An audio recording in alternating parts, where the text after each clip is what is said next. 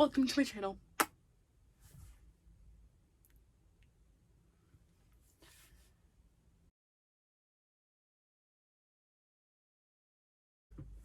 Hi everybody. I've been getting lots of questions since I've started living here in the nest, so I thought I would make a video where I answer all of those questions for you.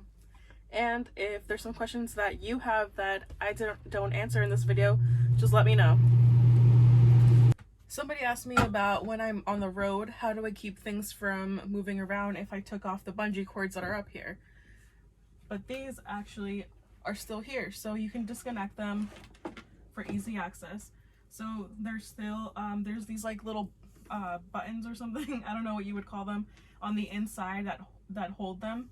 So it has this like little hook and eye thing that you can hook on the inside. So I just do that. I hold it in the middle here so it doesn't snap back. And the bottom one. And there you go. It holds it in place again. Another question that I got is, what do I do with all these things on the counter when I'm on the road? And my solution to that was to get these collapsible crates. I got them at Staples, and you can easily fold them and put them away either under your camper, or for me, I have them in my truck bed. So it just opens up like this. It's pretty easy. You fold these out. You make sure they snap in place, and now you have a crate. Then once I have them filled with things, I put them on the ground. So you can see that once they're on the ground, they also act as something to keep the cabinets from opening. Like if they do open, they won't really open all the way. This is the brand, and I have 3 of them. So one goes in the back, one goes here, one goes here. So if I want to get some rest and go to sleep in my camper while I'm on the road, I can just put these boxes on the counter so I can walk in the walkway. And about 3 of these boxes fit on here, so I don't have to worry about them getting in the way while I'm on the road.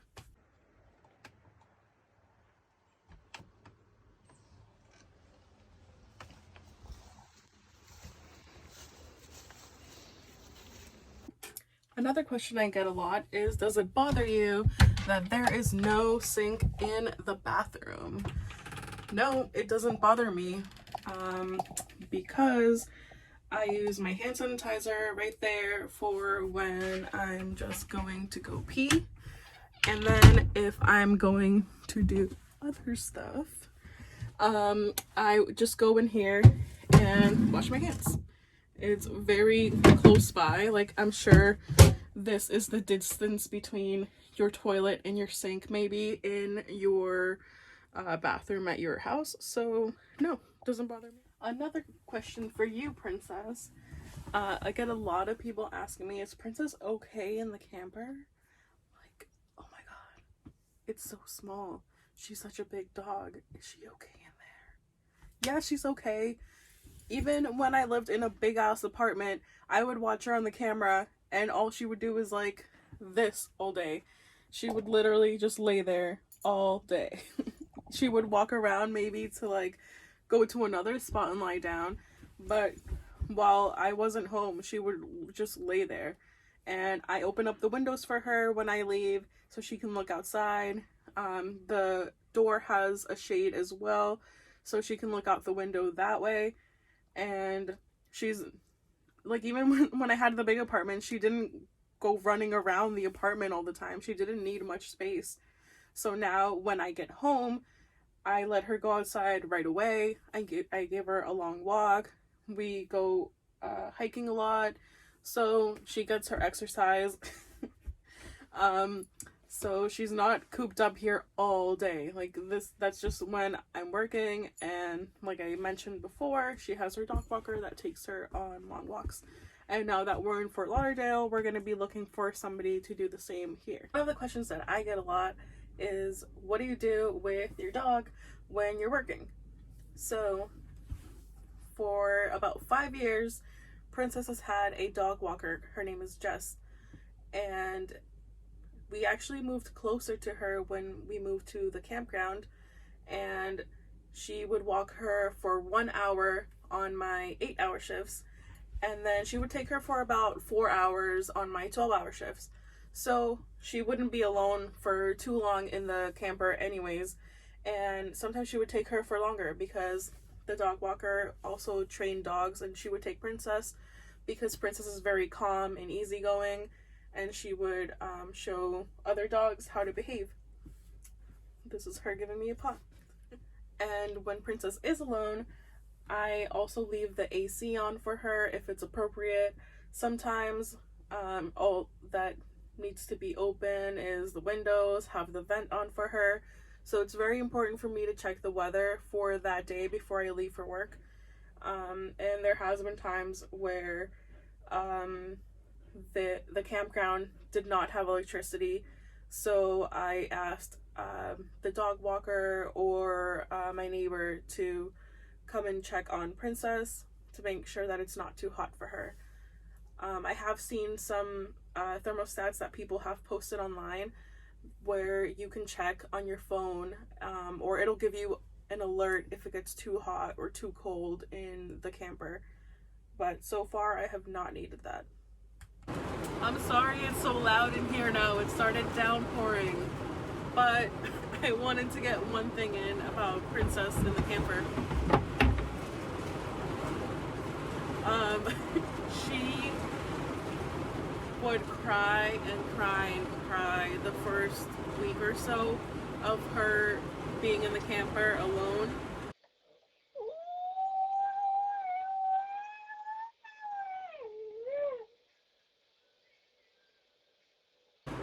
I would watch her on my camera and she would just be crying nonstop. So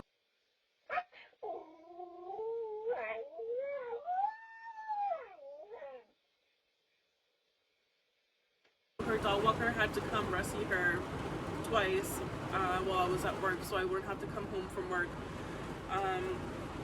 And then I looked online to see if anybody had any suggestions, and I ended up getting her this CBD oil.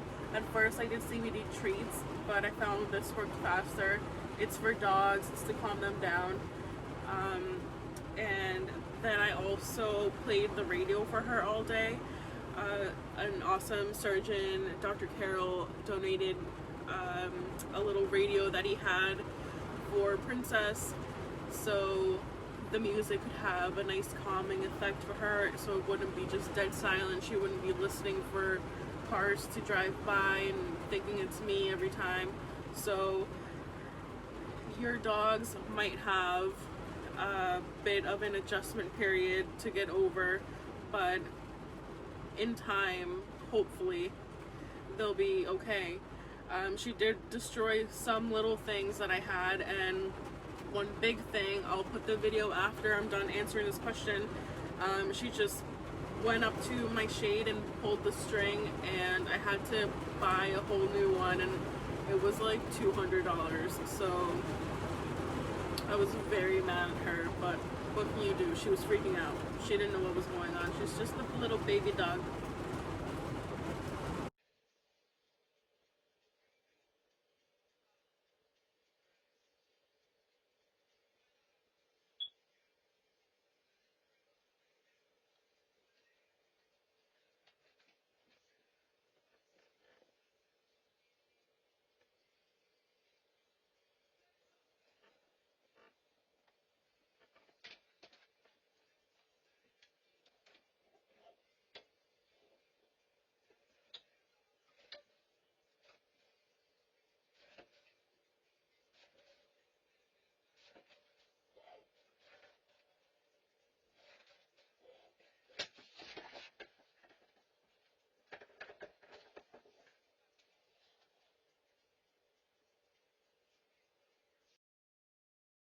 Right.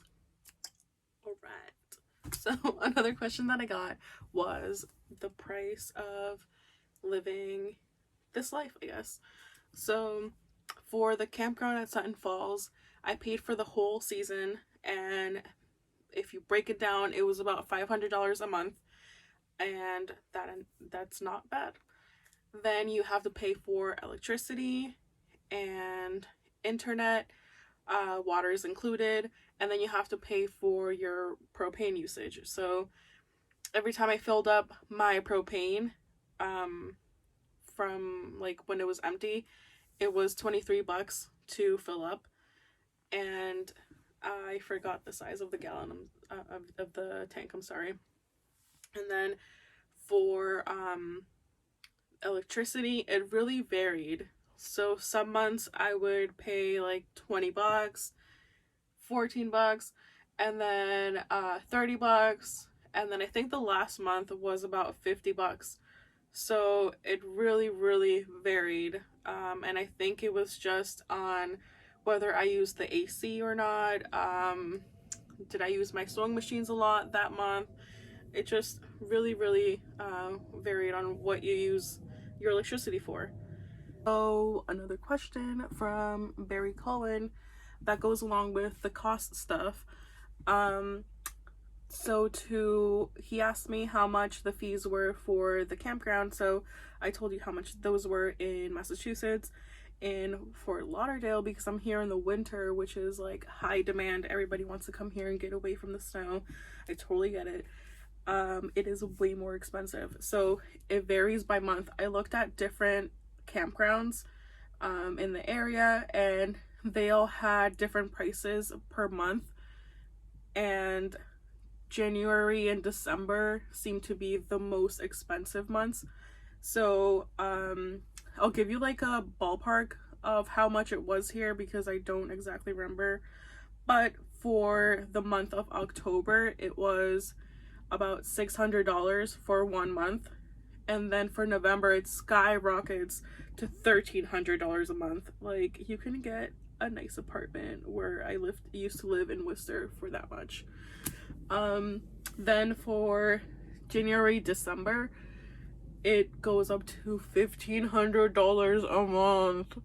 So I'm hoping that maybe like I'll find like a room on Airbnb for like $500 that I could live in for that month, because that is crazy expensive and I don't want to spend that much for rent when I have like my own house already. Like, I'm just paying you to use your plot of land. Like, it's so much money. Especially for like, I'm just a surgical tech, I don't make that much, and the whole point of this was to save money. And then for internet, the campground provided seasonal Wi-Fi for, I think it was $35 for the whole season, and that was for, I believe, 5 devices.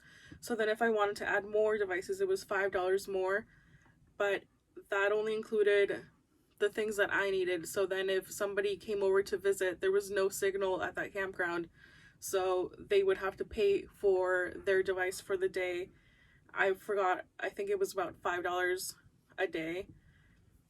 Now I'm in a campground that's supposed to have Wi-Fi, but it doesn't, so I had to get a Metro PCS hotspot device.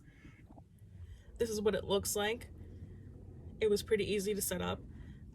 For this one, I get 30 gigabytes a month for $75.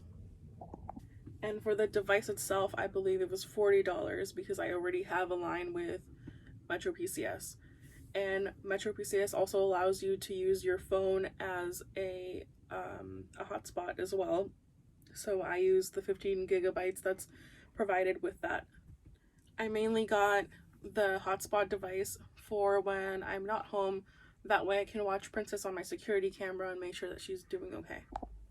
Then something else that Barry wanted to know was, can I tow the Nest with a car? And it depends which car that you use. So like I mentioned before, my Jeep could not tow this because it had the wrong axle, but I have seen plenty of Jeep Wranglers online. Like, I asked people that I see on Instagram, is your Jeep okay towing the Nest? And some of them say, yeah, it's no problem. Even though the Jeep towing capacity is 3,500 and the Nest is 3,400 empty, they said it had no problem. But other people said that if they went over really mountainous places like Colorado, they had some problems with like overheating the engine.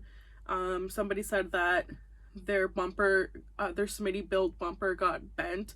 So I was actually like really worried about that happening to my Jeep because I love my Jeep. But in the end I had to change it anyways. And then with insurance, I had a lot of problems, so I ended up using my friend's plates to tow this. My car is registered to one of the companies that I work for, and they would not put my they would not give me insurance for the Nest so I could get plates for it. So if your car is insured under your name, then you should be fine. In Massachusetts, they required a stamped letter from your insurance saying that you have insurance for the Nest to go on the road. And that is a different kind of insurance policy than for having the Nest stay in one place. So they had no problem giving me insurance for when the Nest was stationary, and that ended up being about $420, $450 for the whole year, if it was just stationary in one place. So the insurance ladies told me that I could have that insurance, and then if I'm going to go to another state, then to call them to cancel it because I need to get insurance in the state that I'm going to currently be in. So now that I'm in Florida, I need to find another insurance agency here to give me insurance, stationary insurance for Florida. So it's a big hassle. It's more of a hassle than I thought it would be. But if anything happens to my Nest here, because you know there's a lot of like hurricanes and stuff like that in Florida, I want to make sure that I'm covered just in case. So I will be doing that this week. Alright, and then AZ Claim Jumper wanted to know if I looked at any other RVs before I chose the Nest. So no, not really. Like I said before, it's just the base camp, and then the Nest was right next to the base camp, and I already knew in my mind that I thought the Nest was very cute, and I reluctantly looked in the Nest knowing that I would probably really like it, and then I was sold. I couldn't get the base camp because it was just too cute. And then I have looked since I got my Nest at other like egg RVs and like smaller travel trailers, and I don't like them. They are more manly looking, I should say. I don't know. Just not very cute, and then like not very much storage. So this is definitely the perfect one for me.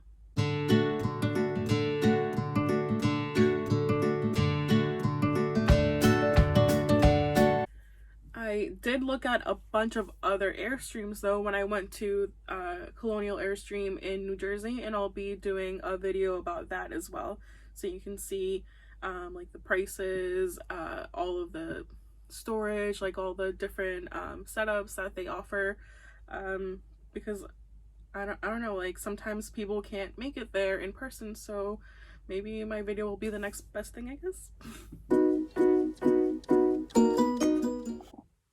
Okay, and then the number one question everybody always asks me is, why did you decide to live in an Airstream? Why? So many reasons why. So my lease was gonna be due. So my lease was up. I didn't want to have roommates anymore. There were so many places that I liked, but they were so expensive, and they didn't allow dogs, or if they did, it was like little 20-pound dogs, not this little baby over here. And they didn't even give her a chance just because she's a Siberian Husky. Like, look at her. She is so cute. Why would you not let her live with you? Okay, well, that's some of the reasons. And I was like, you know what? I've been wanting to live tiny for so long. I don't really have the time or the knowledge to build my own van and also the expense.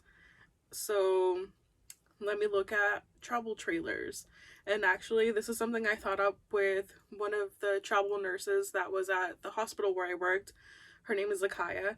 And we were looking at little travel trailers that my Jeep could tow because it only had a towing capacity of 3,500 pounds.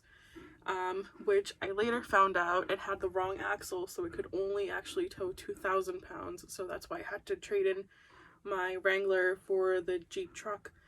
But anyways, the Nest weighs 3,400 pounds, and I thought it was just so cute. As soon as I saw it, I'm all about design. I'm all about like places, hidden places to store things, making sure everything looks neat. I first went to look at the base camp because that one my Jeep could easily tow. But once I was actually inside of a base camp, this is why I suggest that if you want to buy something, go and look at it in person. Because I was all set, like that's what I wanted to get. But once I was inside of the base camp, I was like, this is way too small. I could not live in a base camp for like 5 years, maybe more, I don't know. But also the storage in the base camp, there was no like cabinet doors or anything. It's all open storage. There was no closet, so you could see everything, and that would just look so messy with all my stuff everywhere. So I knew with the Nest, even though when I looked at it and I said, it looks perfect, I knew that perfect in my mind meant after all of the changes that I have in my head, like the bed lift, and I'll do another video of all of the changes that I've done in the Nest, that then it would be perfect. So I got the Nest and I absolutely love it. I definitely want something bigger later on, but right now it's perfect for me. My only complaint is that when I set up all my sewing stuff for my sewing business, I have to take everything out, clean up, and put everything away. So it's kind of a hassle, but for now, it's fine. Like, it gets the job done.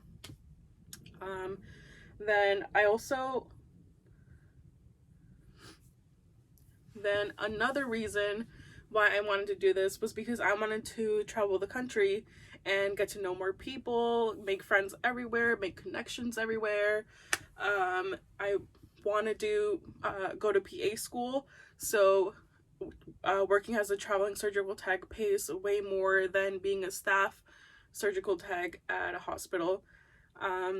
So I thought if I'm gonna do PA school, I'm gonna have to settle down in that area, and I won't be able to travel very much for those years that I'm going to school, and while I'm like putting down my roots, getting experience as a PA. So this is the best time to do it. Now that I had finally finished my bachelor's, I had 3 years of experience as a surgical tech under my belt. I knew that it would be the perfect time and probably the only time for me to do this. So I'm going to go back to Massachusetts later on in like a year because I need to renew my work permit, and then I can travel for the rest of the time. So right now I'm in Fort Lauderdale in Florida, and I don't know where I'm going to go to next, and I just love that feeling. I love not knowing what's going to be next. Some people, like, that's they can't do that. They need to know like every single step, and they need to plan everything.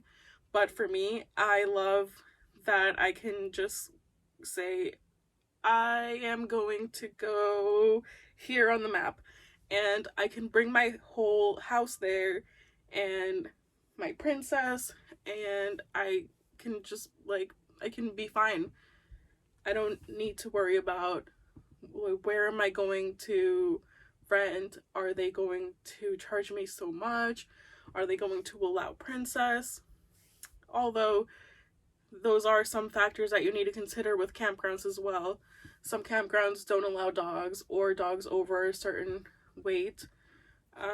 But I find that they're more open than apartment hunting was for me.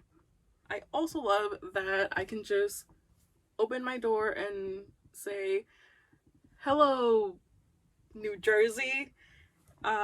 Good morning, Colorado. I can just go anywhere and that will be my house. Like, I was putting gas in my truck while I was on the road, and I could just go to the bathroom right there, like on the side of the highway. That is my bathroom. That is my bed. Like, whenever I got tired, I didn't have to be like all crouched in my car, like trying to fall asleep there. I could go in my nice, comfy purple mattress and go to sleep with the princess. I can change. I had some problems with my electricity, like my battery not charging, so then I couldn't use the water pump.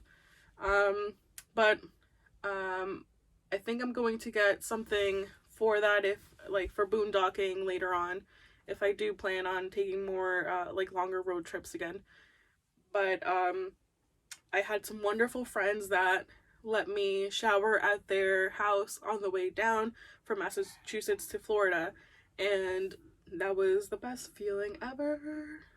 After not showering for like 2 days, 2 or 3 days, um, it was just a great feeling to just be able to shower. It's the little things, you know? Yes. Can I help you?